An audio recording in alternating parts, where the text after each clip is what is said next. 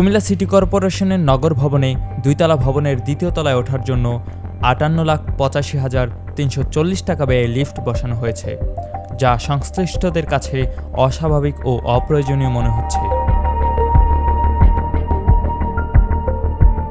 বর্তমানে অব্যবহৃত লিফটটি নগর ভবনের দুর্নীতির প্রতীক হয়ে দাঁড়িয়েছে।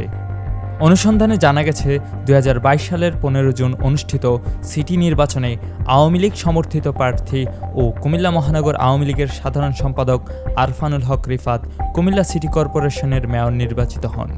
তিনি শারীরিকভাবে অসুস্থ থাকায় তার সুবিধার জন্য দ্রুত লিফট স্থাপনের উদ্যোগ নেওয়া হয়।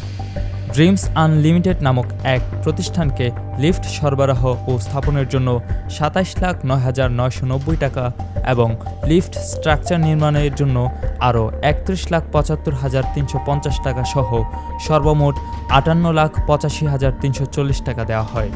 অথচ বাজারে একই ধরনের ৬৩০ কেজি ধারণ ক্ষমতা সম্পন্ন লিফটের মূল্য সর্বোচ্চ ১১ থেকে ১৩ লক্ষ টাকা। স্থানীয়রা এই ব্যয়কে অযৌক্তিক ও করদাতাদের অর্থের অপচয় বলে অভিহিত করেছেন।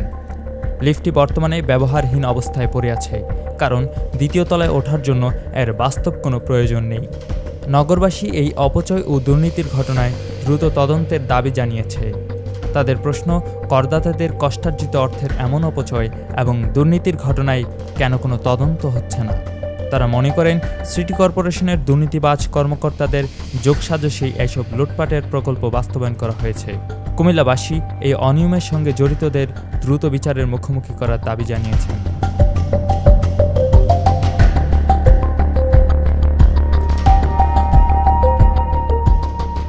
কুমিল্লার কাগজ, নিউজ ডেস্ক।